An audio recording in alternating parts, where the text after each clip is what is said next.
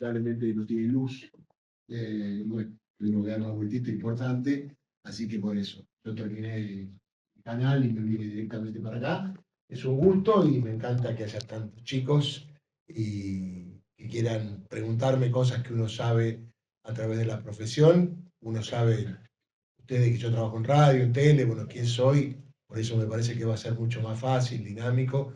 Y por si no lo saben, bueno, yo soy Darío Villarroel, trabajo en Radio 10, los sábados y domingos de 7 a 10, en Radio Nacional de lunes a viernes de 7 a 10, con lo cual laburo de lunes a lunes de 7 a 10, ¿eh? Por lo cual vale doble esto estar acá, pero, y además trabajo en C5N de 5 a 7 todos los días, de lunes a viernes. Así que lo que quieran, ojalá pueda estar a la altura de las preguntas de ustedes, y lo importante es que yo pueda ser claro para que ustedes entiendan lo que yo pueda contestar sin ser tan profundo, sino para que conozcan el ABC de los temas que hoy quieren tratar, que tengo entendido que es en principio el tema de la Corte Suprema de Justicia, tema muy técnico desde el punto de vista del funcionamiento de la justicia y de la Corte Suprema, pero un tema que en estos momentos, en la época que les toca vivir a ustedes, está muy politizado. Entonces por ahí lo que hay que aclarar es por qué el Poder Judicial se ha politizado, cuando en realidad los tres poderes, ejecutivo, legislativo y judicial, deben ser independientes y puede haber lazos entre ellos, pero no un poder atacar a otro o tener algún fin político distinto a lo que es la política criminal o la política judicial. Cuando hablo de político partidario. Y ahí es donde comienzan los problemas cuando una Corte Suprema con un sesgo de cualquier color partidario tira para un lado, tira para otro, ya el tema del servicio de justicia perjudica a todos los habitantes de la nación y no solamente a aquellos que están pugnando por un espacio de poder desde el punto de vista partidario. Así que un gusto estar acá, los escucho, adelante, es un placer. Por primera vez en el año, manos levantadas y arrancamos. Acá adelante. ¿Cómo está, Darío? ¿Cómo va? Respecto al año electoral, quería preguntarle si la justicia, la Corte Suprema va a jugar algún rol en lo que es la campaña de la reta, teniendo en cuenta las relaciones que tiene con el poder judicial de la ciudad. Bueno, la verdad que el año electoral no va a cambiar mucho lo que ya viene haciendo la Corte, pero sí tiene muchos expedientes. Nosotros decimos que la Corte tiene la posibilidad de no tener plazos, con lo cual te saca un expediente y te lo tira a la cancha, como fue el caso de la coparticipación, que lo sacó el año pasado, pero lo tuvo 2 años. Y la verdad que lo resolvió en un momento clave cuando comenzaba ya el año electoral. Y sobre todo porque acá, porque se mezcla la política con la justicia. Hay una persona que puede ser candidata y acaba de ser condenada, y desde el punto de vista técnico, aunque no es tan directo, que está proscripta, porque no hay sentencia firme, es una expectativa negativa. O sea, puede ser candidata, pero, y después, ¿qué pasa si la Corte confirma en algún momento la condena?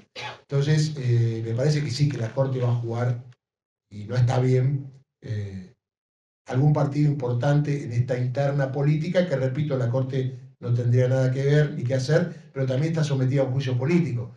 Entonces también es un problema. La verdad que es un problema para todos, y no solamente por el tema de la política, lo que dije antes, sino el tema del servicio de justicia. Los jubilados, los docentes, los trabajadores, porque la Corte Suprema tiene todos los juicios de todos los casos, y eventualmente la mayoría que llega, generalmente generales, para un grupo de personas, no es para una sola persona. Y eso es preocupante. ¿Correcto? ¿Vos? ¿Sí? Sí, teniendo en cuenta que el fiscal Stornelli fue citado nuevamente a declarar y se le aclaró que su presencia no es opcional. En caso de no presentarse, ¿qué consecuencias tendría para él y cómo afectaría esto al caso?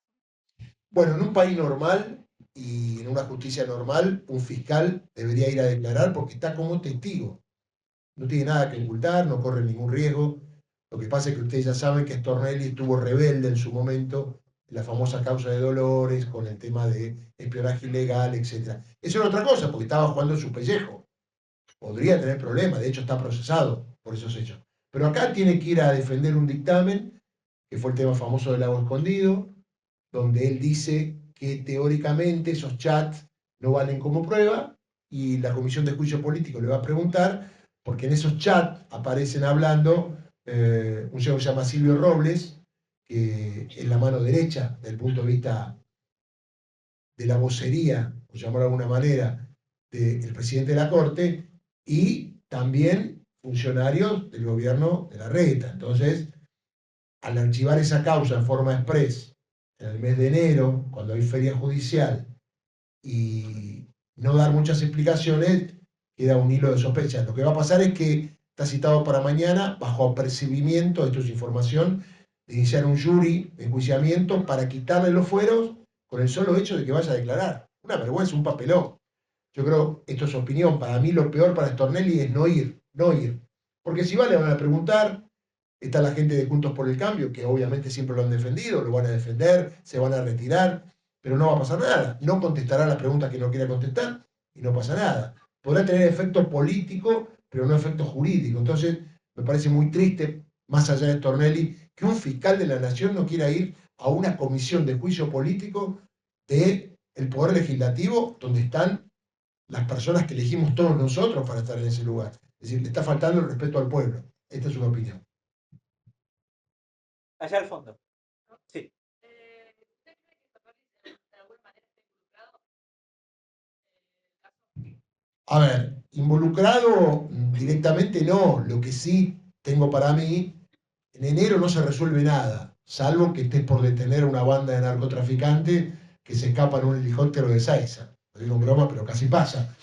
Digo, esto puede cortar una feria, pero la verdad una causa donde tienen que pedir los chats, averiguar qué iba a pasar, y la verdad que podía esperar hasta febrero, porque no era urgente que se haya metido Carlos Stornelli, justo que la causa la tenía Sebastián Ramos, que a propósito le cuento informativamente, hoy lo acaba de denunciar la Comisión de Juicio Político por falso testimonio, acuérdense que fue a declarar, y teóricamente dijo que no conocía o no tenía relación con Marcelo de Alessandro, y en el chat hablan de si le mandaba un Toyota o le mandaba un Ford. Digo, si no tenía relación, la verdad, tenían una concesionaria, porque otra relación no hay. Entonces, esto es información. Y respecto de que si está involucrado, no. Yo creo que lo llamaron de la Corte, no tengo duda, y le dijeron intervenir vos y archivar esa causa porque no va a traer problemas. Bueno, esto fue lo que hizo.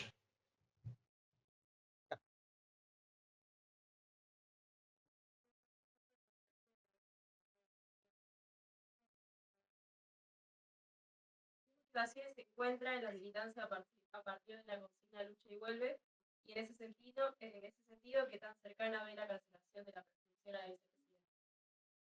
Bueno, desde el punto de vista jurídico, esto recién comienza, porque los fundamentos del fallo se conocieron la semana pasada.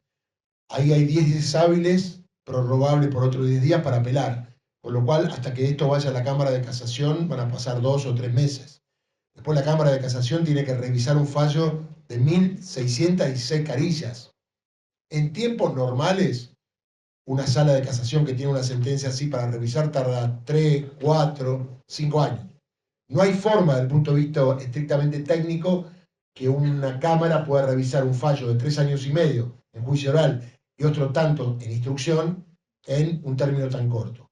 Por lo cual Cristina puede ser candidata y obviamente no estará proscrita hasta que esto quede firme, que primero necesitas el fallo de la Cámara de Casación confirmándolo y después el fallo de la Corte Suprema de Justicia, por lo que falta tiempo. Este Poder Judicial puede acelerar los tiempos, puede hacer cualquier cosa, pero sería muy grave y vergonzoso que una causa tan importante se resuelva en 3, 4, 5 meses, porque no hay tiempo, digamos, de hecho, para poder revisar una causa tan voluminosa, donde se habla de la obra pública, de sobreprecio, etcétera, etcétera, etcétera. Y respecto de lo político clamor, en realidad es un pedido que hace la militancia a una candidata que en aquel momento, cuando conoció el fallo, dijo que no iba a ser candidata. Es más, dijo, señor Mañeto, no voy a ser candidata, ustedes lo recuerdan. Y bueno, está ahí como líder de un partido político esperando qué hacer. Yo creo que el operativo Clamor es para plantearle todos juntos que sea candidata, según el operativo Clamor es para que sea candidata a presidenta, pero puede ser candidata a vice, a senadora, o manejar el espacio político como líder desde un lugar distinto. No creo que esto ocurra, en mi opinión, conociendo a Cristina Fernández, que sigue hablando, sigue saliendo. La pregunta sería, ¿con qué fin Cristina hace todo lo que hace si en realidad no va a ser candidata, ¿no? teniendo en cuenta que los candidatos del Frente de Todos, ninguno supera a Cristina en lo que es las encuestas que hay hasta ahora. Así que el operativo Clamor es algo sentimental, afectivo, de la militancia que le pide a Cristina que sea candidata.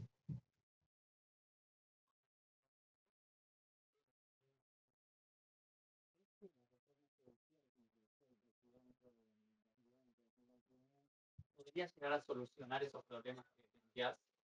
Sí, sin duda, sobre todo por la falta de jueces federales en Santa Fe, donde está pasando lo que pasa, la falta de fiscales. El procurador general es interino, fue nombrado por decreto por Mauricio Macri. La Corte Suprema de Justicia no puede funcionar con 4 miembros. No hay forma que 3 firmas puedan decidir lo que pasa al más alto nivel jurídico en la Argentina. Porque 3 firmas pueden decir que, por ejemplo, como pasó con el fallo de la coparticipación, que las provincias reciban menos plata y que Cava reciba más dinero en detrimento de hacer cloacas, caminos, lo que sea, en cada una de las provincias. Por eso técnicamente ahora se plantea, cuando los gobernadores salgan a hacer campaña y que algunos están conjuntos por el cambio, ¿cómo le van a explicar a sus ciudadanos que la reta le está sacando plata a los que ese gobernador también responde, que es a la reta o a algún candidato del PRO? Pero es un tema complicado y la verdad que yo creo que se quedaba corta la reforma porque apuntaba mucho al tema penal, pero hay que reformar los códigos procesales para hacer más rápido los juicios, crear más tribunales orales para que haya juicios más rápidos, que esté aplicado el juicio por jurados en todo el país. Es decir, hay que hacer muchas cosas en el Poder Judicial y sobre todo arreglar el tema del Consejo de la Magistratura, porque hoy por hoy está paralizado desde que la Corte se metió en el Poder Legislativo a sacar del cajón una ley que ya había sido archivada en su momento, porque declaró inconstitucional una ley del gobierno de Cristina que ya funcionaba hace varios años. Entonces hicieron un lío bárbaro y hoy por hoy la realidad es que no hay jueces nuevos y los jueces que están apuntados con pedido de juicio político no se avanza, con lo cual hay ternas de jueces y si no arreglan políticamente los políticos, yo te doy un juez, vos me das otro juez, la verdad que la Argentina hoy carece de muchos juzgados que tengan jueces y están vacantes y firman jueces subrogantes, que son jueces de otro juzgado que también están en ese juzgado. Y la verdad que nivelan los expedientes. Esto lo digo para el ciudadano común, que espera una respuesta rápida de cualquier justicia, justicia federal, justicia laboral, comercial, contencioso administrativo. Cualquier cuestión tiene que ser resuelta rápido. Si la justicia es tardía, no es justicia.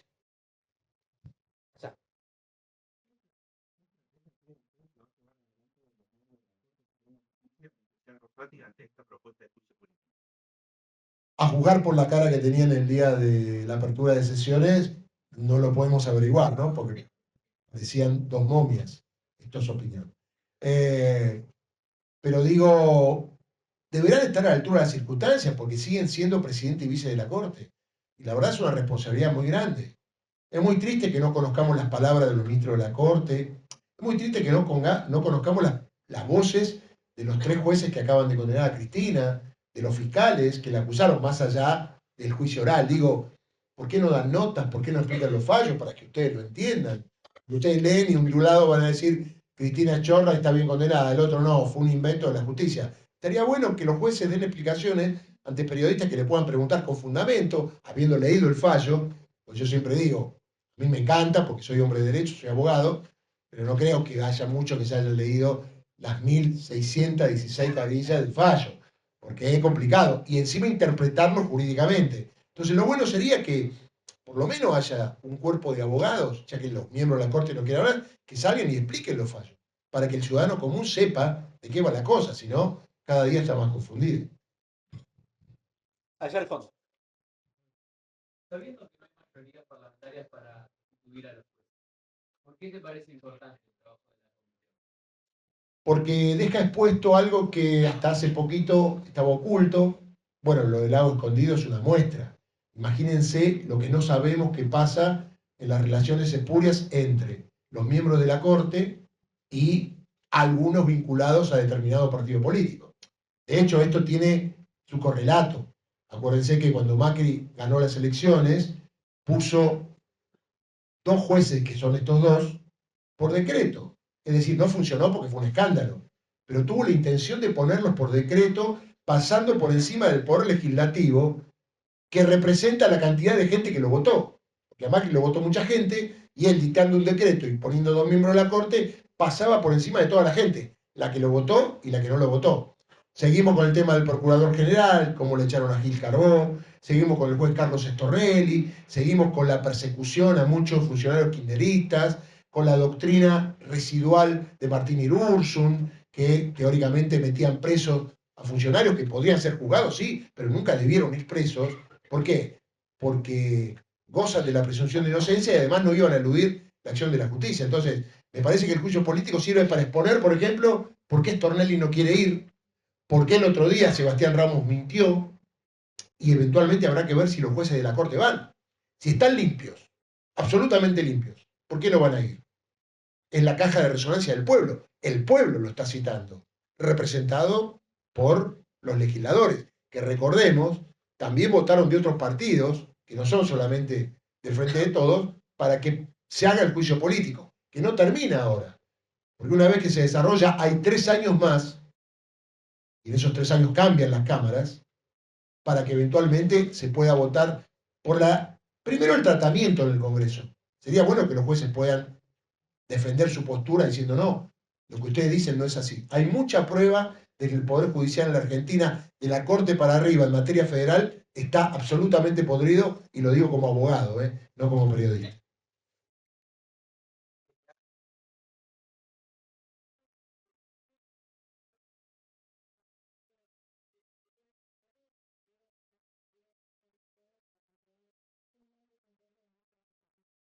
La pregunta es buena, lo que pasa es que por más que esté probado, si hay un sector que los defiende, no hay forma que sean destituidos. Es decir, es buena tu pregunta, pues yo le digo siempre en radio. Supongamos que durante el juicio político se ve, voy a poner un ejemplo exagerado, que los 2 jueces de la Corte están en la prueba, mataron a 2 personas. Sin embargo, hay un partido político que dice, no, nada que ver. ¿Estás viendo? No, nada que ver. Me retiro, no voto y no hay juicio político. El tema acá es de las mayorías y minorías del Congreso, para realmente sacar o no a los miembros de la Corte. Pero ustedes pueden recordar que cuando Néstor Kirchner fue presidente, con el 23% de los votos, lo primero que hizo, agarró la cadena nacional, sacó un decreto y sacó por juicio político a varios miembros de la Corte que eran de la mayoría automática de Carlos Menem. Muchos se fueron solos, pero otros fueron sometidos a juicio político y todos fueron echados. Y en ese momento no era que todos eran kirchneristas, porque había un 23%. Se vio lo que se probaron en los juicios políticos y la mayoría votó por la destitución. ¿Cómo cree que está la relación hoy por hoy Alberto-Cristina y si es posible una especie de reconciliación política para lo que será las elecciones? Bueno, en política vale todo. Pueden estar repeleados o no, pero llegado el momento, por ganar las elecciones, puede pasar cualquier cosa. Sé que la relación no es de la mejor, hay internas, hay juegos de poder. Del lado de Cristina no quieren que Alberto sea candidato, Alberto quiere ser candidato. Alberto no dice nada, pero eventualmente también no habla de la candidatura de Cristina con, digamos, emoción, por decirlo de alguna manera, con lo cual la discusión está ahí, pero se arregla en términos políticos, no en términos afectivos ni en términos sentimentales. Esto es poder, es política, y seguro que ambos sabrán lo que tienen que hacer en un país que está complicado y que las elecciones de este año van a ser muy determinantes para el futuro. Iba a señalar a alguien que tenía la mano levantada y justo ahora la acabo de bajar. ¿Te lo perdiste? Sí. Sí. Bueno, respecto a lo que hace un ratito dijo que no salía nadie a hablar y explicar bien cómo eran las cosas para nosotros que no estamos muy metidos en el tema. ¿Usted con qué justificación legal cree que se puede hacer con la solución del juicio? Desde el punto de vista del comienzo del juicio ya, porque esto tiene una historia. Esta denuncia se hizo en Santa Cruz y fue archivada por inexistencia de delito. Cuando ganó Macri las elecciones se presentó una nueva denuncia y eso se llama non bis in idem, es decir, no se puede juzgar a las personas, Cristina, 2 veces por el mismo hecho. Sin embargo, le dieron para adelante, el juez Julián Recolini pidió una pericia, la pericia dijo que no había habido sobreprecios, sin embargo, la dieron por nula e hicieron otra pericia, y ahí empezaron a aparecer los sobreprecios, etc. Y el tema está que Cristina Fernández de Kirchner, como presidenta de la Nación, desde el punto de vista jurídico, no debe saber todo lo que pasa en la obra pública de Santa Cruz, de Córdoba, de Entre Ríos. Hay toda una estructura que, en caso de haber habido delito, Cristina no tenía absolutamente nada que ver. Lo que pasa es que acá las operaciones mediáticas metieron que Lázaro Báez era amigo de Néstor. Entonces, como era amigo de Néstor, seguramente Cristina le dio una mano para darle las obras públicas. Y en realidad, darles obra pública a Lázaro Báez no era ningún delito. Podría haber sido Lázaro Báez como cualquiera. El tema es si hubo sobreprecios. En el juicio, ustedes lo vieron, no se demostró que hubo sobreprecios. Y se leyeron los fundamentos del fallo, la parte, digamos, que más trascendió, inclusive lo dice Clarín, lo dice La Nación, los jueces dicen en su resolución que no tienen pruebas. Que de acuerdo a la forma de realizar la obra pública es muy difícil encontrar pruebas. Y se manejaron con indicios, con presunciones, y en realidad tampoco pueden calcular cuánto es el dinero que teóricamente era de sobreprecio, ni tampoco las fechas de los sobreprecios. Pero ellos están convencidos de que Cristina, como presidenta, debiese haber tenido contacto con esta situación porque la obra pública era en Santa Cruz. Bueno, desde el punto de vista jurídico, yo leyendo el fallo y con la nobleza intelectual que tengo que tener por haber pasado por la facultad, universidad pública, que me enseñó a ser honesto, yo diría lo mismo respecto de Cristina, de Mauricio Macri y de Miriam Bregman, si alguno de ellos estuviera acusado de esta forma en esta causa. ¿Cómo? Usted recién hablaba de los tiempos de la justicia. Entonces, me interesaría saber si usted cree que la opinión pública y la repercusión social influye en estos tiempos de la justicia y en las decisiones también judiciales. Sí, no tengo duda. Cristina no la condenó la justicia, la condenaron los medios de comunicación. Y los jueces les tienen más miedo a los medios de comunicación que a la opinión pública. Le dan más atención o bola, si me permitís, a lo que dice Clarín y La Nación que a lo que pueda pensar la opinión pública. Entonces, el armado de causas, porque por ahí ustedes no saben que hasta que llegó Macri al poder, nunca antes había presos políticos. Es decir, presos porque en el ejercicio de la función habrían cometido un delito. Había denuncia, había procesamiento, pero meterlos presos durante el proceso, que a lo mejor a muchos les debe parecer normal porque son jóvenes, no existía en la política argentina. Esto tiene que ver con un odio profundo para, de alguna manera, desestabilizar a un sector, que es el peronismo, y generar en la sociedad un odio de clase, diría yo, de que el peronismo son todos chorros y corruptos. Y la verdad que no es así. Y los jueces se toman de eso porque los jueces también pertenecen a una clase muy vinculada con los sectores más poderosos. Entonces, evidentemente, si los jueces reciben todos los días, La Nación sobre todo, en su despacho, ¿qué quieren ver? El juez fulano de tal ordenó la detención de tal. Y se toman un cafecito y dicen, mirá, salí en el diario. Pero eso, aplicar la ley, no tiene nada que ver. Lo que está pasando en la Argentina es que los jueces no están aplicando el derecho. Están aplicando no lo que dice la opinión pública, sino lo que Clarín dice que quiere la opinión pública. Yo le doy un ejemplo. Si a partir de hoy, para que ustedes se den cuenta, supongamos que, para que vean cómo influye el tema de la opinión pública y los medios hegemónicos en la mente de la gente. Yo no tengo duda que si a partir de hoy Clarín empieza a publicar que el fallo contra Cristina fue injusto, que las causas fueron armadas, no tenga duda que gana Cristina las elecciones. Es así. Si Clarín y La Nación se pone a favor de Cristina, Cristina gana las elecciones. Si se hubieran puesto contra Macri, Macri no ganaba las elecciones. Lamentablemente esto no sé cómo se puede arreglar, es un tema mucho más profundo, como a la gente común que no está en el tema, no está metida en la política, no están como ustedes que se informan, cualquier título de diario le puede cambiar un pensamiento sin tener la menor idea de lo que están diciendo, ¿no? Yo, por ejemplo, trabajo en un medio donde hoy toda la noticia es qué calor, qué calor, qué calor, qué calor, terminemos el calor. Van a matar a un espectador, a mi suegra que tiene 90 años y no tiene aire acondicionado. Qué calor, qué calor. Y encima vienen 10 días más. Y encima los 10 días más van a ser 45 grados. Muchachos! Los medios están para cumplir otra función, no para alarmar la aprobación. Y los diarios, medios en general, ojalá ustedes nunca lo hagan, aunque las empresas trabajan para eso, La idea es alambar, desesperanzar. Siempre la noticia es que un avión que se cae y no el que llega. Y siempre es todo dramático y en política también. Estamos re mal. Hoy hubo un acuerdo con el Fondo Monetario, que obviamente es una deuda. Nunca, ya se olvidaron que la deuda la generó otro gobierno. Es como parece este gobierno la deuda. Y en realidad lo que le está prestando el fondo es para pagar lo que en su momento pidió Mauricio Macri. Pero eso nadie lo dice, y la gente por ahí, no, Macri pidió plata para ganar las elecciones, o para favorecer a sus amigos, la Leva, la Lelito, lo que ya sabemos, y la verdad que no hizo ni un jardín de infante, un camino, nada volvió al pueblo de lo que le pidió el fondo. Y ahora lo que estamos pagando y el fondo lo presta, la pregunta es ¿por qué le prestó el fondo a Macri, no?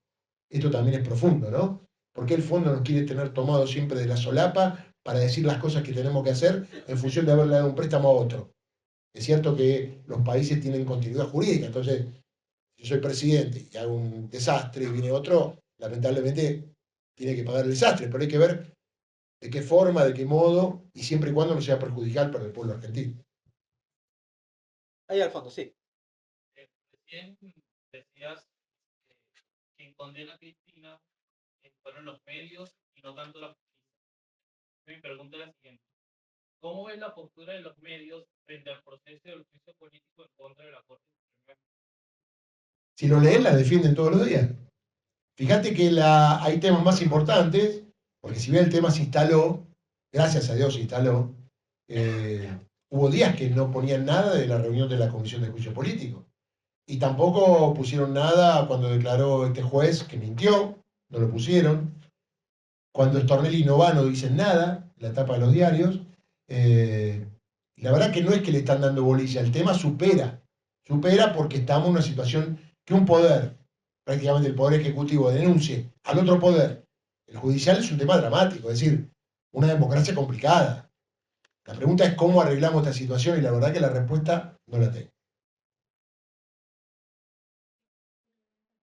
Tal vez es medio una fantasía, pero en base a eso que esa posible respuesta, porque es un tema profundo de la influencia de los medios de comunicación en el Poder Judicial, un posible restablecimiento de la ley de medios. Bueno, decreto mata decreto, ¿no? Y se dice que por decreto Alberto Fernández podría ser. Pero acuérdense que cuando fue el tratamiento de la ley de medios, pasó por todas las instancias judiciales, la Corte Suprema se tomó su tiempo y salió ganada o ganando la constitucionalidad de la ley de medios por 4 votos a 3. Y todos pensamos que ahí terminó la historia, para que haya pluralidad de voces, para que se ayude a los medios que tengan menos poder económico, para que haya pluralidad, porque si no escuchamos siempre, o si no, la grieta, o siempre lo mismo. Entonces la idea es que haya amplitud de difusión, y sobre todo algo que hay que cambiar es volver a la buena fe de los periodistas. Si a mí me puede gustar algo porque tengo una ideología, pero no puedo mentir para defender mi ideología. Pero el tema de la famosa frase que los hechos son sagrados y la opinión es libre, es así. Los hechos son sagrados, punto. A Cristina la condenaron. Yo puedo leer el fallo y opinar lo que, como abogado, pienso, porque por suerte pude estudiar Derecho, que a lo mejor si fuera un tema vinculado a la medicina, tendría que preguntarle a un médico que me lo explique. Acá veo que hay muchos colegas que opinan sin leer el fallo, sin saber qué delito es administración fraudulenta, sin saber qué pruebas hubo, y escriben en los diarios, hacen tapa de los diarios, y confunden a un montón de otra gente que dice, mirá lo que hizo fulano. Hay periodistas que son editorialistas, que son los que escriben los fines de semana, que bajan líneas sobre temas que nunca leyeron. Pero la verdad me parece una deshonestidad intelectual, sobre todo con el pueblo, con el que lee el diario, hablar sin saber. ¿Se acuerdan ese sketch? Hablemos sin saber. Bueno, muchos periodistas en la Argentina, lamentablemente, hablan sin saber.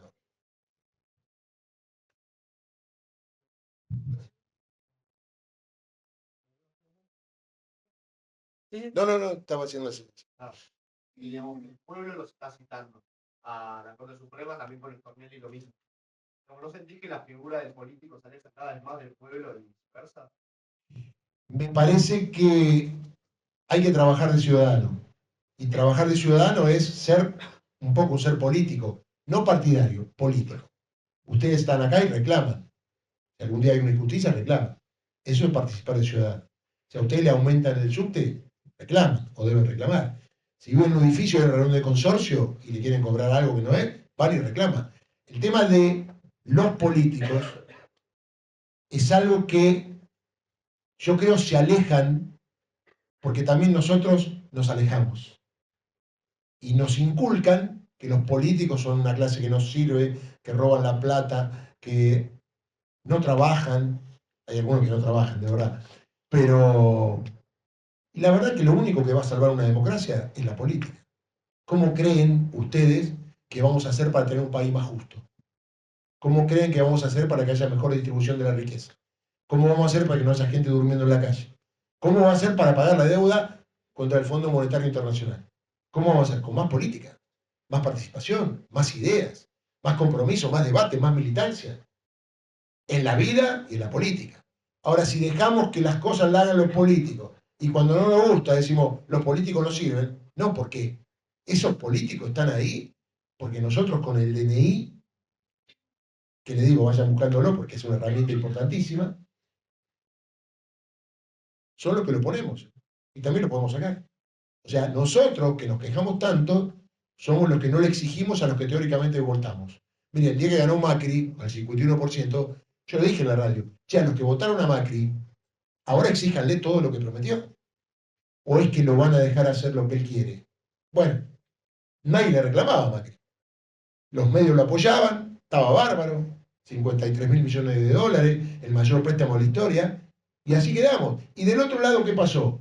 Tampoco se reaccionó del otro lado de la militancia o del otro lado del pensamiento político, porque yo, esta es su opinión, creo que la política la salva la política. No aquellos que dicen que quieren quemar el Banco Central, locuras que teóricamente uno puede comprarla, pero dentro de lo irracional. Lo racional es, hay una Constitución 1853 que es hermosa, lástima que no se aplica.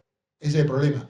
Porque ustedes habrán escuchado que cuando la gente de Juntos por el Cambio, volviendo al tema de la Corte, dice es un ataque a la Constitución. Les pido que lean el artículo 53 y 57 de la Constitución, que se llama Juicio Político a la Corte Suprema. Porque si no tenemos juicio político a la Corte Suprema, ¿cómo habrá forma de sacar a un juez de la Corte si, por ejemplo, tiene mal desempeño o, por ejemplo, comete un delito? Es el único camino. Puede ir bien, puede ir mal, pero que tenga tanto prurito para mostrar la cara. Si vos estás limpio, tenés que ir limpio, mostrar todos tus fallos y decir no tengo nada que ver. Si la verdad se esconden, los protegen, sacan comunicados de prensa, los funcionarios, los fiscales, es porque la verdad deben estar sucios. Allá al fondo. Sí.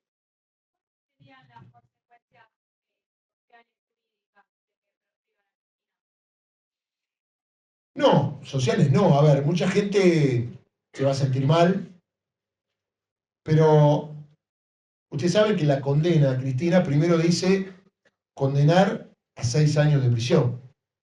Pero que a muchos no le importa que vaya presa Cristina, porque primero va presa. Y el segundo punto de la condena es inhabilitación perpetua. Es decir, no es primero la inhabilitación y después la condena. Si está presa porque quedó firme el fallo, obviamente está claro que está inhabilitada. No hay forma que quede firme primero la inhabilitación y después la condena. Ni tampoco que quede firme primero la condena y después la inhabilitación. Esto nadie lo explica. Y todos se confunden. Usted lo que tendría que preguntarme es, ¿qué pasa si Cristina se presenta y gana las elecciones? Y en el medio que está por ganar, apuran los tiempos judiciales y la Corte dice, confirmamos el fallo. Cristina no puede ser presidenta. ¿Qué pasa con los millones y millones que hubiesen votado a Cristina para verla en la Casa Rosada? Peligroso, ¿no? Peligroso. Entonces, eso es lo más peligroso, porque si Cristina dice que quiere ser candidata y lo puede hacer, primero va a ver todo lo que van a hacer para que no lo sea. Más allá de desprestigiarla, ya lo dijo. Yo no quiero que mañana dice, está condenada, ¿se acuerda que dijo así? Se lo dijo públicamente. Y es verdad, si ahora que no dice nada, le dan con un caño, porque ustedes vieron que ya la condenaron y le siguen dando.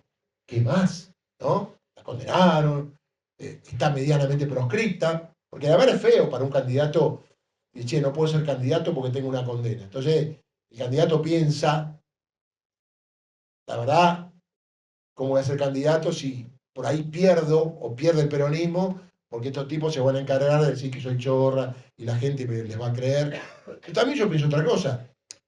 Si Cristina no hace nada y se queda en su casa, o manejando el proyecto del kirchnerismo, el peronismo de su casa, y la verdad que el tiempo va a seguir pasando y si no pasa nada, la condena quedará firme. El año que viene, el otro año. Y siempre pienso, ¿no? Se ve que en la política nadie, yo como soy abogado, generalmente he ejercido la defensa de los acusados, se ve que a nadie le importa que una persona vaya presa injustamente. Porque a mí lo que me preocupa es que cualquier persona, no solamente Cristina, porque en esa causa hay como otras 8 personas que están condenadas a prisión. Digo que a la sociedad no le haga ruido, por Cristina ya sabemos que no, porque la odia, que la verdad esté la eventualidad de que alguien sea injustamente condenado y vaya preso. A mí me da frío en la espalda, no sé si alguna vez estuvieron en la cárcel visitando a alguien o lo llevaron de algún lugar de estudio. Y la cárcel es muy fría y ustedes pueden decir que le pueden dar prisión domiciliaria a cualquier persona, porque lo único que te priva la condena es la libertad ambulatoria. Después vos tenés todos los derechos. Ya sé que el discurso es que se purgan en la cárcel, perpetua que sea perpetua. Todo bien, los discursos de demagogia punitiva, pero así no es la realidad. Yo creo que en esos discursos nos olvidamos que es muy grave y muy triste para un país condenar a una persona que según lo que se vio en las pruebas es inocente. Y más si esa persona fue 2 veces presidenta, una vez vicepresidenta, senadora y la principal líder de un partido político en la Argentina. Por lo cual, qué sé yo, me parece que es jugar con fuego, proscribir a Cristina desde el punto de vista social y humano, como lo decía alguno de los chicos que está preguntando ahora. ¿Cree usted que la condena de Cristina Fernández de Kirchner y la trascendencia política del caso tienen que ver en parte con el Buena pregunta, porque hace poquito estuvieron funcionarios de la OEA, a propósito del 8 de marzo, que trabajan en el tema. Estuvieron con Cristina Fernández, estuvieron también con la presidenta de la Cámara de Casación, Ana María Figueroa, tratando el tema del maltrato a las mujeres, de los femicidios y también del maltrato político. Y la defensa de Cristina le presentó un trabajo, en virtud, mire, que ahora no hablamos hasta ahora nada de un tema crucial. Acá en la Argentina hace 6 meses intentaron matar en vivo y en directo a la vicepresidenta en ejercicio de los argentinos. Y por el rol de los medios, a la gente mucho no le interesó. Los medios le bajaron el precio. Y los copitos, y esto de acá. En un canal fueron los copitos a dar explicaciones y los defendían. ¿Se acuerdan ustedes? Con que Telefe. No, pero ¿cómo te acusan? No, yo nunca agarré un arma. Y después estaba todo filmado, estaban los chats, WhatsApp. Digo, ese informe que se llevaron las funcionarias de la OEA habla del odio y la violencia política. Y sería bueno, yo se lo voy a mandar, que lo lean, porque ahí están desde el año 2010 hasta ahora más de 40 tapas de la revista Noticias con lo más desagradable de lo que ustedes puedan pensar de una mujer y de una mujer política. Bien claro, ¿no? El orgasmo de Cristina, para hablar de alguna manera, las joyas de Cristina. Bueno, esto todos los fines de semana o cada 15 días en la cabeza de la gente, en la cabeza de la gente, y creo que tiene mucho que ver. Pero ¿sabés lo que me preocupa? Que hay más mujeres que hombres que odian a Cristina. Y esto me genera, son del mismo género. Esto me genera una duda, lo hablo siempre con mi hija que me deconstruyó, porque nosotros somos grandes, y no entiendo que esas mujeres, por ahí la odian, por una cuestión de que, qué sé yo, no le gusta la política, pero odiarla porque alguna vez José Pablo Feynman, el bueno, no sé, dijo, la odian porque es linda. Digo, y es inteligente. Y yo digo, no, ¿cómo la van a odiar por eso? Pero es para pensar.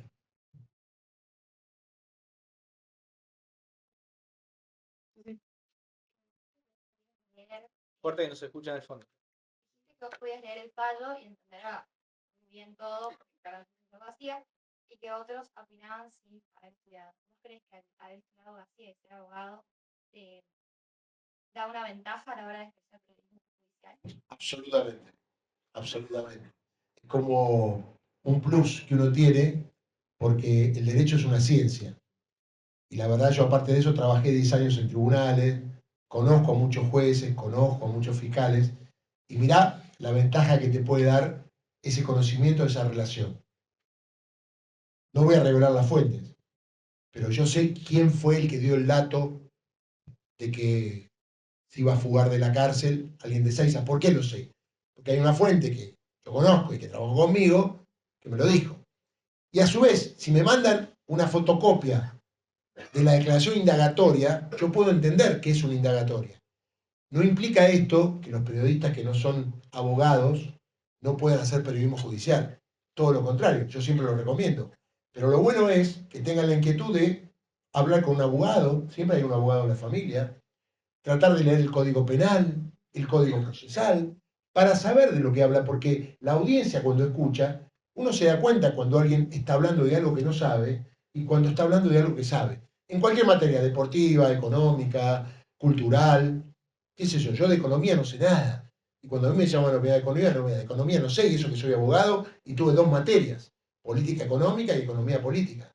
Hay muy buenos periodistas de judiciales, pero cuando me refiero a eso es que si no lees el fallo, no sos periodista judicial. Porque si vos querés leer o escribir sin haber leído lo que dijeron los jueces, estás estafando a tu audiencia. Yo no puedo leer de lo que no sé. Por ejemplo, la medicina. La verdad yo no puedo opinar de algo de medicina si lo leo. No puedo opinar de un bypass. Y ahí sí porque no soy médico, pero le puedo preguntar a un médico, doctor, dígame, ¿cómo es un bypass? Y anoto y aprendo. Todos podemos aprender. Me parece a mí que hay una intencionalidad acá de ningunear los temas judiciales siempre y cuando sean contra Cristina. Si no, otros temas se explican muy bien. La coparticipación, te lo explicaron, porque Cava es una provincia, Cava no es una provincia. Quiero decirle, de acuerdo a la Constitución, 1994 no es una provincia. Sin embargo, vos te instalaron que Cava es una provincia. De hecho, Cava pudo ir a la corte, porque acordémonos, para pedir que los pibes vayan al colegio en plena pandemia. Murieron varios docentes y hubo varios casos en los colegios. Sin embargo, los ministros de la corte estaban en forma virtual. Es decir, los ministros de la corte decidieron en forma virtual que las clases vuelvan después de las vacaciones de julio y que los pibes, que teóricamente tenían riesgo de enfermarse, se enfermaran. Y esto lo hizo esta corte. Por eso hay que tener muchas cosas que hizo la corte y el famoso per saltum, para que 3 jueces puestos por Macri en una cámara para darle con un caño a todo lo que sea peronismo, él dijo un día, creo que este juez vaya acá y este acá. Y los 3 son vinculados a Juntos por el Cambio. Entonces esto es preocupante. Ahora ustedes me dicen, yo tengo una simpatía política. Lo bueno de un juez, la agallas de un juez, es que aunque tenga simpatía política, actúe de acuerdo a lo que dice la ley. Por más que tenga que juzgar a alguien que teóricamente le va a doler, él hace un compromiso con la ley. Los abogados y los jueces juramos por la Constitución Nacional. Y si no tenemos las agallas para sentenciar de acuerdo a lo que dice la ley, sino de acuerdo a la cara del cliente, hay que retirarse del Poder Judicial. Con dignidad te retirás. Le aclaro que los jueces cobran casi 2,5 millones de pesos por mes, tienen vacaciones en verano, tienen vacaciones en invierno y no pagan ganancias como ustedes seguramente cuando tengan un sueldo digno, falta mucho, van a tener que pagar.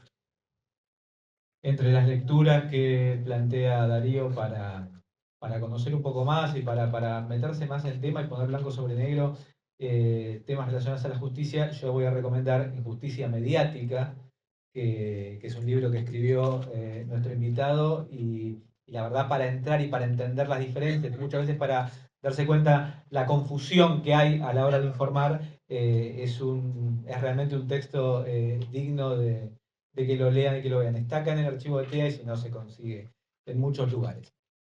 Algo que Gracias por vos no ibas a decir, pero... Gracias por la recomendación. Y ese libro fue hecho también fundamentalmente para periodistas. En el último capítulo tiene un diccionario de la A a la Z para que ustedes entiendan lo que es procesamiento, lo que es testigo, lo que es prisión preventiva, lo que es sentencia firme, lo que es cosa jugada. De todo lo que se habla, de la A a la Z hay un diccionario, ustedes lo buscan y dicen, ¿qué es esto? ¡Pum! Porque uno dice, sí, la condenaron. ¿Qué es condena con sentencia firme? Que todas las instancias se hayan dicho que es culpable. Y eso es sentencia firme. Vamos, la chica que se está jugando la vida abajo del matafuego. ¿Está preparando algún libro u otro material de lectura? Si tuviera tiempo, me encantaría. Pues sabes que ese libro se llama, mirá cómo cambiaron las cosas. Cuando yo lo escribí, nunca pensé que iba a ser tan grave lo que estamos viviendo. Yo lo escribí hace más de 10 años. Y la verdad que me superó. Algunos me dicen, ¿cuándo haces el volumen 2? El libro es Injusticia Mediática, cuando el periodismo quiere ser juez. Bien, veo que hay periodistas que dicen, para mí está mal condenado, pero no saben nada, no le hicieron el expediente, nada. Para mí le tienen que dar perpetua, caso de los Rabier, ¿yo? Los Rabier, perpetua. Les digo, hay 3 que no tienen nada que ver, pero no importa, estaba instalada perpetua. Entonces, pobres jueces, si no le daban perpetua a todos, ¿sabe qué? Lo buscaban en Dolores, los panaderos, el carnicero. Bueno, digo cómo se instalan mediáticamente los temas. El derecho tiene que estar al margen de lo que piensa la sociedad, mostrando las pruebas. De hecho, está el juicio por jurados, donde teóricamente un jurado, que puede ser cualquiera de ustedes, que está en un padrón, que le toca y puede ver las pruebas y puede opinar. Ahí está representado el pueblo en un juicio. Por eso muchos jueces no quieren el juicio por jurado, porque le sacamos el negocio. Porque, ¿cómo va a opinar alguien que no es abogado? Y casualmente, en el juicio por jurado, uno de los requisitos para estar es no ser abogado. Porque que un ciudadano común pueda entender con sus sentidos, viendo al acusado, viendo las pruebas, y determinar él con su responsabilidad, mandar a perpetuo a alguien a la cárcel o no, es fuerte, porque tu carga está, por mi voto, este tipo se come perpetua. Y uno dice, ¿estoy seguro de lo que estoy votando? Bueno, evidentemente el ciudadano tiene más responsabilidad porque es una vez cada tanto para el ciudadano, y el juez tiene sentencia todos los días. Entonces ya como naturaliza perpetua, 20 años, 25 años, y la verdad que a veces se equivocan. De hecho, hay fallos que revocan los fallos de primera instancia porque otro tribunal ve que la cosa no venía bien. Entonces dije, ahora quiero hacer un libro que se llame así, Cuando los jueces quieren ser periodistas.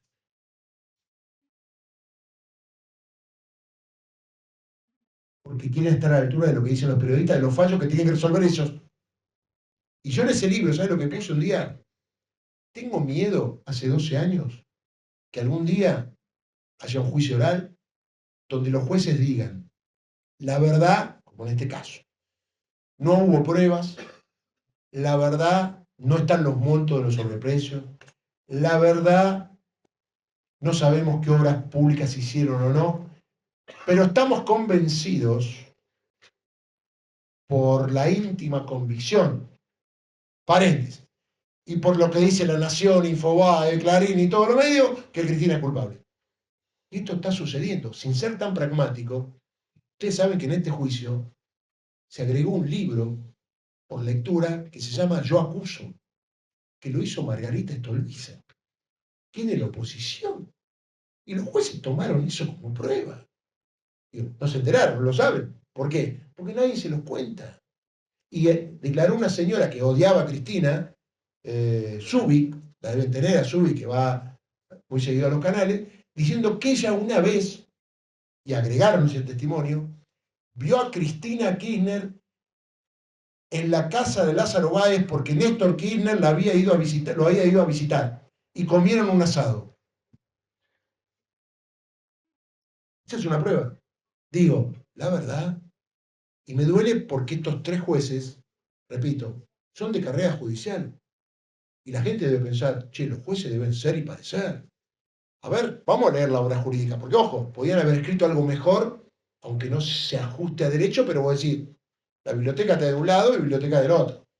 Yo te puedo escribir la mejor obra para absolverte, pero te dejo, la verdad, doctor, tiene razón. O la mejor para condenarte, y doctor, tiene razón. En realidad, de la lectura del fallo, un alumno de segundo, tercer, cuarto año de derecho ya a la foja 200 dice, estos muchachos no tienen nada. Y el juicio duró 3 años y medio. Y si en 3 años y medio no se pudo demostrar la culpabilidad de un delito, hay que absolver. Y otra cosa que se repite mucho, y esto me gusta decirlo, que fulano de tal tiene que probar la inocencia. ¿No? El Estado tiene que probar la culpabilidad de cualquier persona que comete un delito, salvo un solo delito, enriquecimiento ilícito, que se invierte la carga de la prueba. Cuando vos te agarras con un montón de plata, vos tenés que probar cómo lo hiciste. Los demás delitos, el Estado tiene fiscales, policías, vos te sentás ahí, a usted lo acusamos de matar a esa persona. ¿Qué prueba tenés? Bueno, usted diga qué prueba tiene usted. ¿Qué prueba tenés vos? Bueno, no, la verdad que no hay ninguna prueba. Entonces esa frase que también se dice, la pondría en el nuevo libro, tiene que demostrar su inocencia, no. El Estado tiene que mostrar la culpabilidad. Si no, la persona se presume inocente, base de la Constitución Nacional que muchos tampoco han leído. Vos. Sí.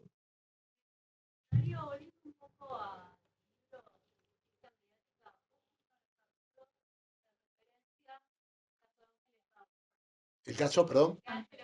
Sí, me acuerdo.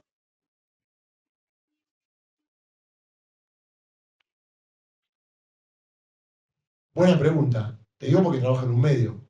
Hay casos que los medios eligen y otros no. Te voy a dar un ejemplo. El jueves comienza el juicio por el asesinato a mansalva de Lucas González en el barrio de Barracas, ciudad de Buenos Aires, según la Reta, una de las más seguras del mundo. Bien. ¿Ustedes vieron alguna información de que el jueves comienza el juicio a 14 policías, comisarios, subcomisarios, sargentos, por haber primero matado a un pibe y herido a otros, y además querer implantar un arma, toda una maniobra policial para decir que los pibes que eran jugadores de Barraca estaban armados? Con esto te quiero decir, relacionando a Ángeles Rawson, era el barrio de Colegiales, una chica de familia, un matrimonio constituido, y llamaba la atención. También a la gente le gusta el morbo. Entonces se instaló el tema, los medios te lo instalan. Si los medios quieren instalarte un tema, te mandan dos móviles todo el día, como hoy que instalaron el calor. Yo no sé qué van a hacer los medios cuando no haya más calor, porque algún día no va a haber más calor. Digo, te lo instalan y te lo arman. Entonces Ángeles Rawson, como decimos, hay un montón de casos más que no vende. Hoy hice una nota a una mujer soldado de un liceo militar en Tucumán, abusada por un teniente coronel. Teniente coronel condenado a 3 años de prisión porque no pudo abusarla, porque la soldado se defendió. Le tiene que pagar 2 millones de pesos de indemnización. Y al teniente coronel lo retiraron y hoy cobra un sueldo importante. A la soldado le echaron. ¿Se me entiende?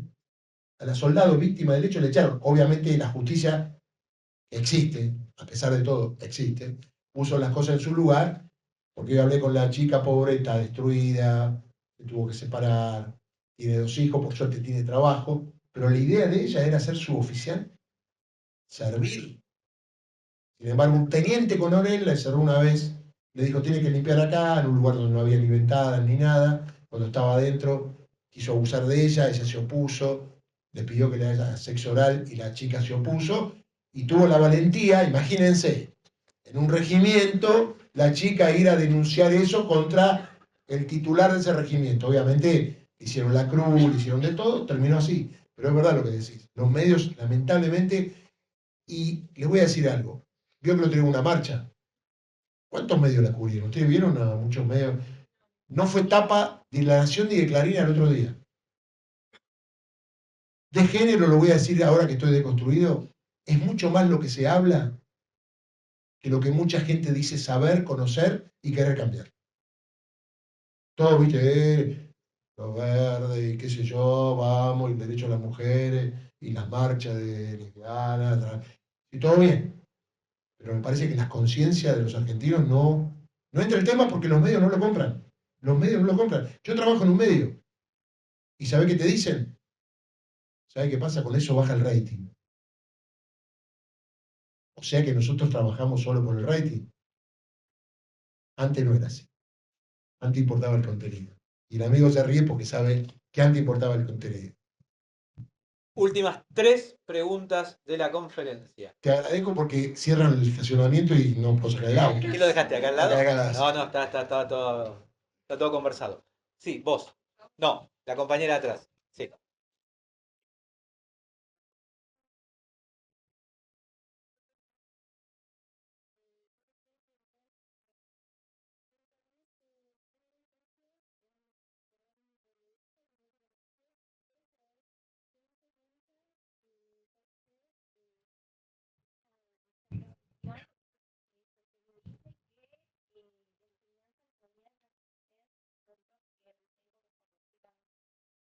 Qué linda pregunta y qué gran recuerdo me trae de mi viejo, porque mi viejo está siempre presente en cada cosa que hago en materia periodística, más allá de cuestiones personales.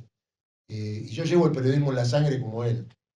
La verdad que yo mamé mucho tiempo de que él vino a trabajar acá, del Cordobazo, ustedes por ahí lo pueden leer, nosotros vivíamos en Córdoba, él hacía notas de color, pasó el Cordobazo, de Canal 13 le dijeron si podía cubrirlo, él sabía, porque era amigo de Tosco, de Atilio López, de todos los muchachitos revoltosos que había en Córdoba en esa época, se reunían en un green manantial donde mi viejo había comprado un pequeño restaurante, porque lo habían echado del Canal 10 de Córdoba, porque había matado una vez, esto también lo pueden leer, a un estudiante llamado Papillón en la Plaza Colón, y a él le dieron para leer en un canal estatal en ese momento, en la época de Onganía, que Papillón se había resistido y lo mataron, y él estaba en la plaza, y él dijo, la policía dice esto, yo lo vi, a Papillón lo mataron por la espalda sin que hiciera absolutamente nada, obviamente ese día lo echaron.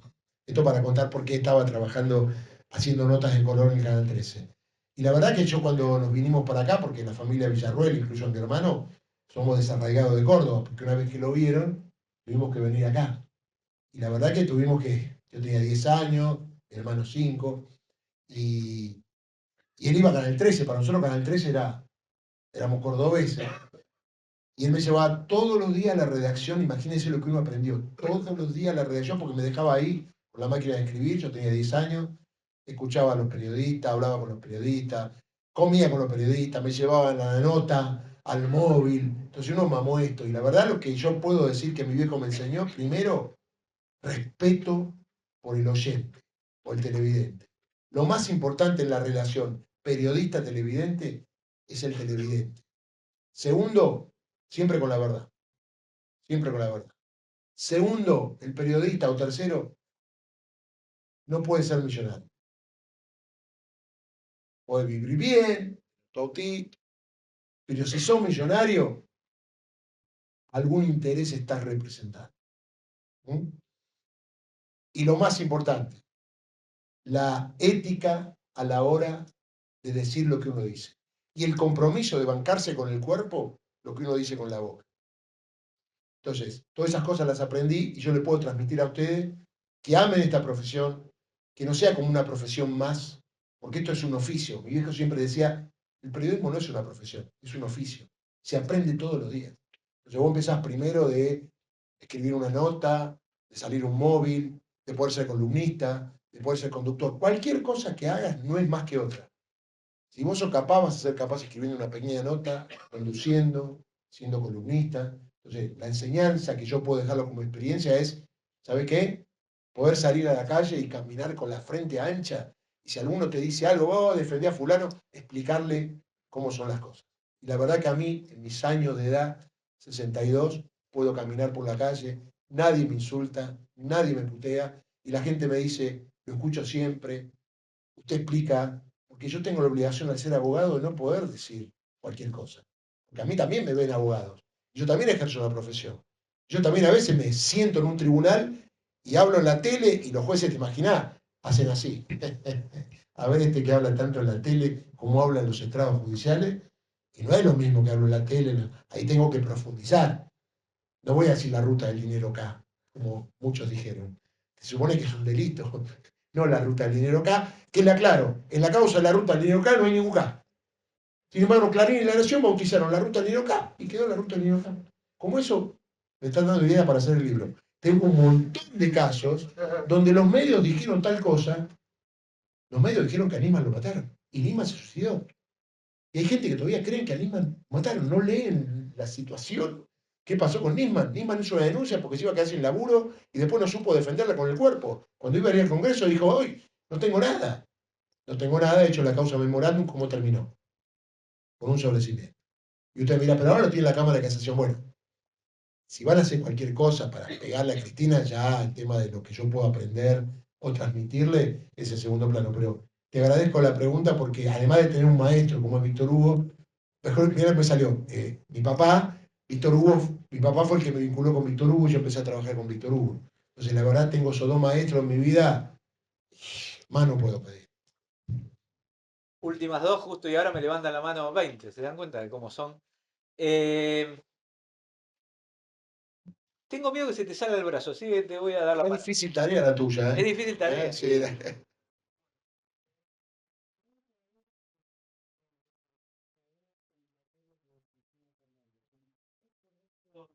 Reclamo por los saberes jubilatorios de Cristina, sabiendo qué tan deteriorado está el sistema jubilatorio de la Argentina.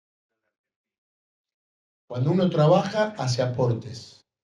Y cuando hay leyes que dan una pensión o jubilación para presidenta o vicepresidenta, esos derechos son inalterables. No importa que esa persona no sea querida por la gente, pero ya en su momento aportó para cobrar esa jubilación. Una vez Raúl Zaffaroni, miembro de la Corte, que tiene una jubilación como de 3 millones, me dice, yo no tengo la culpa que la ley diga que yo tengo que cobrar. Yo vivo con 500.000 pesos, no sé para qué quiero tanta plata. Y lo dice públicamente. Entonces, la idea era sacarle la jubilación a Cristina por el odio a Cristina. Y en realidad, si fuera Macri y tuviera esa jubilación, bárbaro. Si fuera Miriam Bregman, si fuera Graboy, si fuera Mario Negri, si fuera cualquiera, son derechos adquiridos.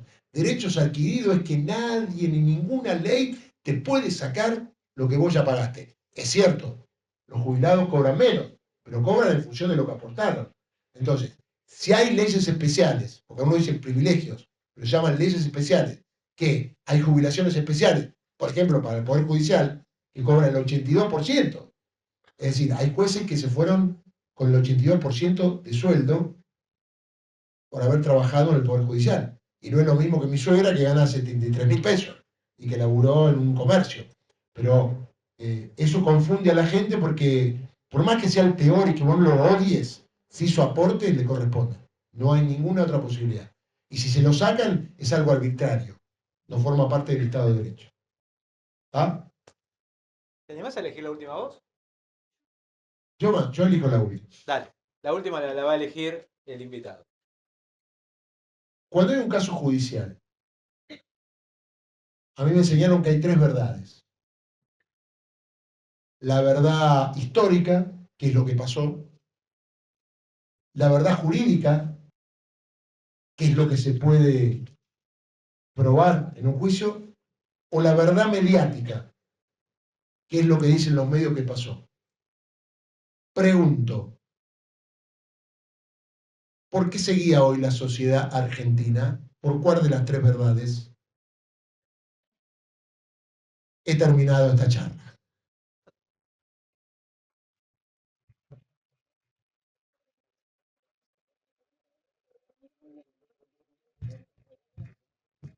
Bueno, muchas gracias por inaugurar este año lectivo en TEA. Despedimos al invitado y empezamos la última clase, la última parte de la clase que es... Uy, ¿por ahí se queda más tarde? No, siempre. Bueno. Bueno, les agradezco, la verdad, háganlo con dignidad, denle siempre para adelante. No va a ser fácil porque las empresas periodísticas a veces exigen cosas que uno tiene que hacer porque tiene necesidad, pero siempre tengan en claro la dignidad, le tengan respeto, que respeten su opinión y sobre todo que sepan que ustedes cuando escriben una nota o algo están creando y que hay mucha gente que los va a leer. Entonces, por respeto a esa gente que lo va a leer, obviamente háganlo con mucho amor, con mucha dignidad. Y otra cosa que les quiero decir que me enseñó mi papá. Vieron que ahora, cuando hay una nota a un personaje importante, las cámaras están más con el periodista que con el entrevistado. Es como que está Messi y está por ahí el Pollo Viñolo, ¿viste? Está en la cámara haciendo así, así. Y Messi, campeón del mundo, ¿qué hace? Estoy acá. Digo, mi papá un día me dijo, porque en aquella época los periodistas ponían el micrófono así. Y ni sabía, ¿quién está ahí? Uy, está mi papá. Sí, ¿no ve que él tiene el brazo con el anillo? Era así. Mi papá me dijo algún día, cuando vos en una nota te sientas más importante que el protagonista, es decir, la persona que le estás haciendo la nota, ese día despedite del periodismo, porque así no es. Muchas gracias a todos.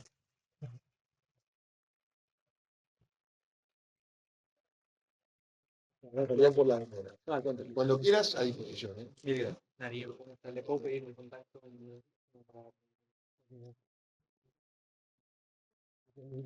Dices tú.